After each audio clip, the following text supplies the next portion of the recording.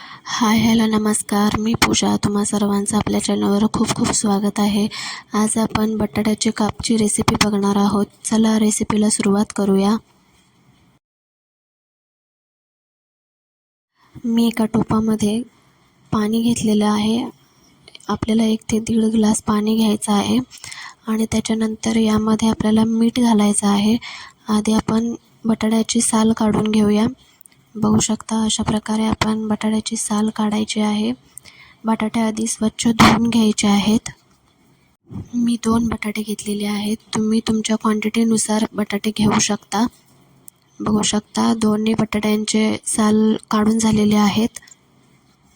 साल काढलेल्या बटाट्यांचे अशा प्रकारे आपल्याला बारीक स्लाइस करून घ्यायचे आहेत आणि ते मिठाच्या पाण्यामध्ये घालायचे आहेत. हे 10 ते 15 मिनटं ठेवायचं आहे मिठाच्या पाण्यामध्ये.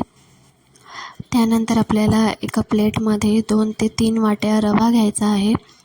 त्याच्यामध्ये मी कांदा लसूण मसाला घालते आहे. तुम्ही लाल तिखटसुद्धा घालू शकता. त्यानंतर 1 ते 1.5 चमचा मीठ घालायचा आहे. 1 चमचा हळद घालूया आपण आता त्यामध्ये. बघू शकता अशा प्रकारे हे सर्व मिक्स करून घ्यायचं आहे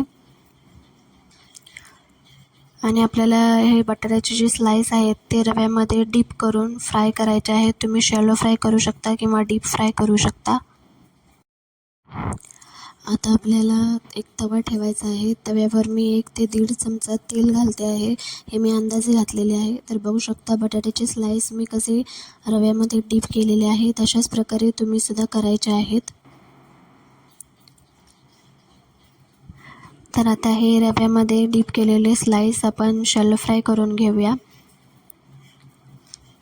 सर्व स्लाइस जे आहेत ते रव्यामध्ये डीप करून अशा प्रकारे एकसारखे भाजण्यासाठी ठेवायचे आहेत.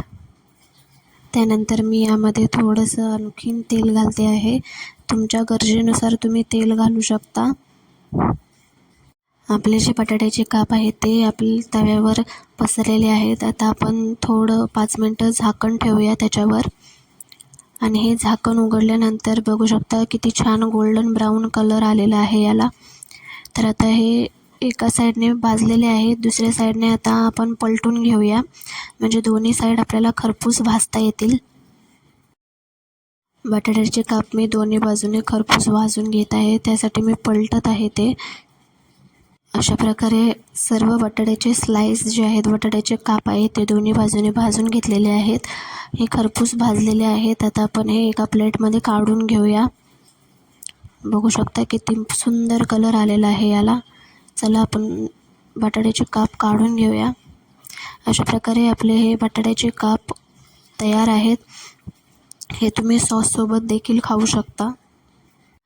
तुम्हाला माझी रेसिपी आवडली असेल तर माझ्या चॅनलला नक्की सबस्क्राईब करा आणि बेल आयकॉनवर क्लिक करा जेणेकरून नवीन व्हिडिओ जे असतील ते तुमच्यापर्यंत लवकरात लवकर पोहोचतील. धन्यवाद. भेटूया पुढच्या रेसिपीमध्ये.